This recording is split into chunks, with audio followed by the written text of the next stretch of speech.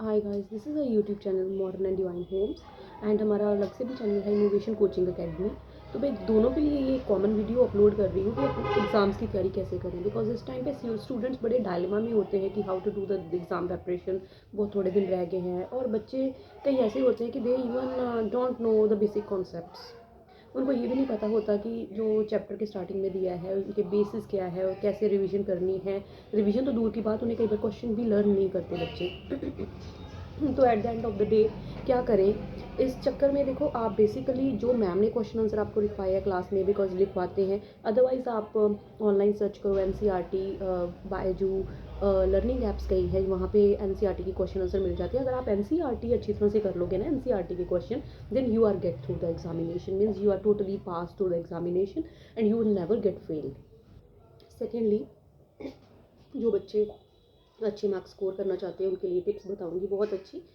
पहले तो आप अपना खाना कम करो, पीना ज़्यादा करो, बिकॉज गर्मियाँ आ रही हैं और इस मौसम में अगर आप खाओगे ज़्यादा तो नींद ज़्यादा आएगी, पढ़ने में ध्यान कम और खाने में ज़्यादा रहेगा। इसलिए खाना कम खा के पियो ज़्यादा और अच्छी सी स्लीप लेके सुबह जब उठते हो तो परमात्मा का नाम लेके उठो कि जो भी मेरा दिन बहुत अच्छा जाए। एंड उसके बाद अपनी बुक्स खोल के जब स्टार्ट करते हो तो आप एक टाइम टेबल के अकॉर्डिंग करो। देखो, ये कोई भी चीज़ टफ नहीं है, टाइम टेबल बनाना इतना आप खुद कर लोगे, वो उसके लिए आपको किसी की इंटरवेंशन की ज़रूरत नहीं है, ना मॉम ना डैड, आप खुद करो अपना, ना ट्यूटर की ज़रूरत है। वो तो आप खुद टाइम टेबल मेंटेन कर सकते हो। टाइम टेबल ऐसे मेंटेन करो कि आप जो है एक दिन में, अगर आपकी 2 बुक्स हैं तो एक दिन में 1 बुक कंप्लीट करो, ठीक है? आधे दिन में 1 बुक कंप्लीट करो, आधा दिन जो है बाकी बुक कंप्लीट करो, जितने भी आवर्स आप लगाते हो, आप पढ़ते हो, ठीक है? मैनेजमेंट करनी पड़ेगी आपको। देखो, हमने भी अपने टाइम पे बहुत पढ़ाई की है, मैं इतना पढ़ती थी कि मैं थकती नहीं थी पढ़ने से। मेरे को मेरे मॉम जो है इतने सारे रजिस्टर ढेर ही लगा देते थे, मतलब पढ़ने की कोई कमी नहीं रखी मम्मी ने, मम्मी डैडी दोनों ने। मैं एक चीज़ मांगती थी तो मुझे 10-10 चीज़ें ला के देते थे।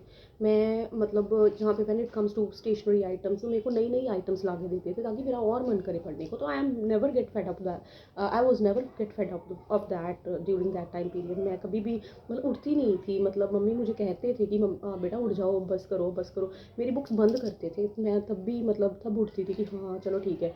खाना मैंने एक ही जगह पे, हाँ एक मेरा ड्रॉबैक था कि मैं, मेरे को मम्मी एक वजह से ज़रूर डांटते थे कि मैं एक जगह, मतलब जहाँ बैठी वहाँ ही मैंने खाने की प्लेटें जमा करी जानी, मैंने उठना नहीं है। मतलब एक बार जो चीज़ ले ली वो प्लेट वहाँ ही पड़ी रहेगी। मैंने ना अपनी लाइफ में कभी काम किया था और ना मैं आगे आप लोगों को सजेस्ट करूँगी कि आप अपने बच्चों से काम करवाओ और खुद आप बैठे रहो। आप अपने घर में मतलब मेड वगैरह लगवाओ, काम वाम जो भी आप खुद करो, बच्चों को लेट देम स्टडी। उनके ऊपर कोई बर्डन ना डालो कि वो उनका ध्यान इधर उधर डाइवर्ट हो। अदरवाइज़ उनको ये लगेगा कि चलो हम तो काम वाम कर रहे हैं, हमें क्या ज़रूरत है पढ़ने की। उनका जितना ध्यान आप डाइवर्ट करोगे उतना उनका दिमाग जो है दूर जाएगा स्टडीज़ से। तो स्टडीज़ में अगर आप उनका दिमाग इनकलकेट करना चाहते हो तो उनको they should be more incline toward studies. उनके आसपास का इन्वायरमेंट, सिर्फ there should be alpha beta gamma and you know what I mean to say, means Newton Einstein equations, Bernoulli's theorem, every they should be surrounded by all these things. उनके इसके अलावा और कोई चीज़ उनके आसपास ना घूमे, ठीक है? यानी कि मैं कह रही हूँ, टीवी जो है, टीवी बंद करो इन दिनों में। उनका फ़ोन का टाइम निर्धारित करो कि आप कितना फ़ोन देखोगे, ठीक है? जैसे बच्चा थक जाता है, डेफिनेटली मुझे पता है, देख मेरे भी बच्चे हैं, बच्चे मांगते हैं हमें फ़ोन दो, फ़ोन देखना है, ठीक है? हाँ ठीक है, आप स्टडी करो। तो आप जितने टाइम के लिए अपना समझते हो नॉमिनल, हाँ कि अगर मेरे बच्चे ने ज़्यादा पढ़ लिया तो आप 15-20 मिनट दे दो, उससे फ़ोन देख लेगा। यूट्यूब शॉर्ट्स वगैरह बच्चे आजकल देखते हैं, बड़ा खुश होकर देखते हैं। जो भी उसके फेवरेट चैनल्स हैं, बेब्लेड वगैरह जो भी देखता है, कार्टून देखता है, कुछ भी देखता है, उसे देखने दो, ठीक है? There is no not an issue. उसको इशू ना बनाओ, घर में क्लेश ना डालो एक छोटी छोटी वजह से, मतलब उनका ध्यान जिसकी वजह से पढ़ाई से दूर जाए। आप ऐसा इन्वायरमेंट क्रिएट करो which is nominal for the child's development. इसी वजह से घर में जो है पढ़ाई का माहौल बन नहीं पाता और हम दोष देते हैं कि हमारे बच्चे पढ़ते नहीं हैं। देखो, ये किसी ना किसी, कोई ना कोई वजह हम ही होते हैं जिस वजह से बच्चे मतलब आगे नहीं बढ़ पाते, नहीं पढ़ते, उनका मन नहीं लगता पढ़ाई में, हम होते हैं उनका कारण, ठीक है? हम चाहें तो कुछ भी कर लो, ठीक है?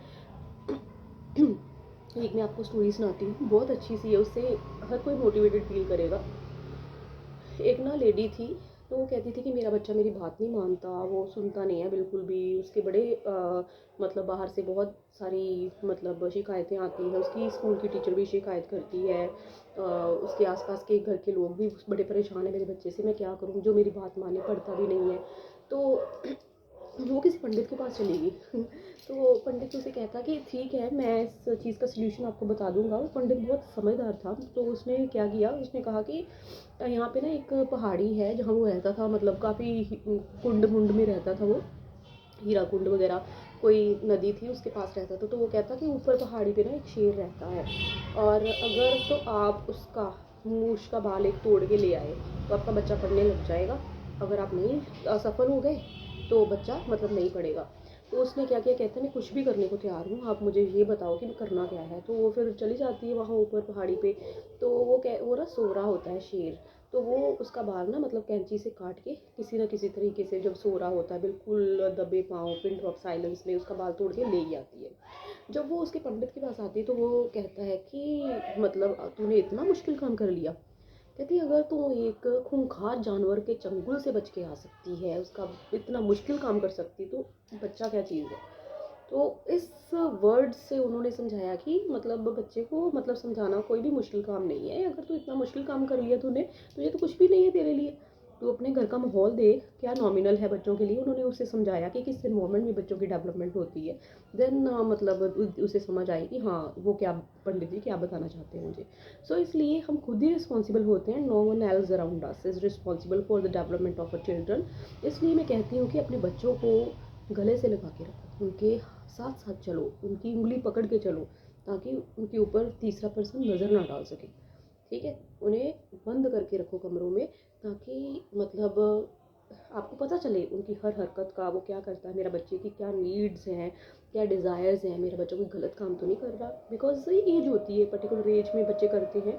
अब जब हमारा टाइम था तो हमारे टाइम पे देखो, आई वॉज फ्रॉम पंजाब, तो पंजाब में आपको पता है उस टाइम पे जब when I was having my that years, उस टाइम पे बहुत बहुत सिंपल था वहाँ पे। मतलब मैं इवन करके बाहर पैर भी नहीं रखती थी।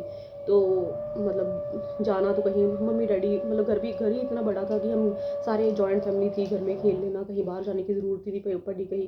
तो हम बड़े मतलब सिंपल से इन्वायरमेंट में पल गए बच्चे। आजकल का इन्वायरमेंट बहुत कॉम्प्लेक्स हो चुका है, तो बच्चों की नीड्स जो है चेंज हो चुकी हैं। जब हमारा टाइम था तो नीड्स डिफरेंट थी।